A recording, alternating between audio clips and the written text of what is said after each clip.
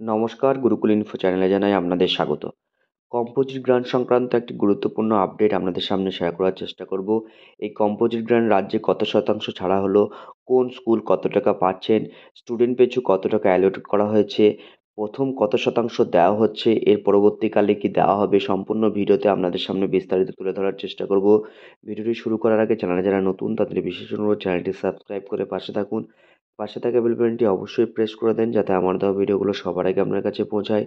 যারা ইতিপূর্বে চ্যানেলের সাথে জড়িত তাদেরও বিশেষ অনুরোধ রইল ভিডিওগুলো বেশি পরিমাণে শেয়ার করার। দেখুন, আমরা একটা সংবাদপত্রে চলে যাব যেটা বেরিয়েছিল একদম কম্পোজিট গ্রান্ট ব্যাপার নিয়ে। দেখুন কি বলা হচ্ছে, রাজ্যের স্কুলে চক ডাস্টার কেনার টাকা নেই। বছর শেষ হতে চললেও অভিযোগ এখনও রাজ্যের প্রাথমিক, মাধ্যমিক ও উচ্চ মাধ্যমিক স্তরের কোনো স্কুলকেই দেওয়া হয়নি দৈনন্দিন খরচ চালানোর জন্য কম্পোজিট গ্রান্টের টাকা। এই অভিযোগ প্রকাশ্যে আসার পরই নড়েচড়ে বসে রাজ্য সরকার। অবশেষে মোট খরচের 25% দেওয়ার প্রক্রিয়া শুরু করল শিক্ষা দপ্তর।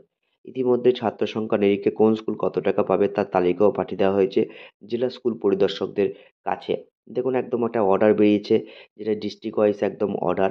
সেখানে কত টাকা কিভাবে দেওয়া হয়েছে, এখানে ১ থেকে ৩০-এর মধ্যে যে সমস্ত স্কুলে আছে স্টুডেন্ট, তাদের একটা টাকা, এবং ৩১ থেকে অর্থাৎ ৩০-এর পর থেকে ১০০-র মধ্যে, এবং ১০০-র পর থেকে ২৫০-র মধ্যে, এবং ২৫০-র পর থেকে একদম ১০০০, এবং ১০০০ প্লাস হলে কত টাকা অ্যালট করা হয়েছে পার ডিস্ট্রিক্ট ওয়াইজ, সেটা সম্পূর্ণ এই লিস্টে দেওয়া হয়েছে।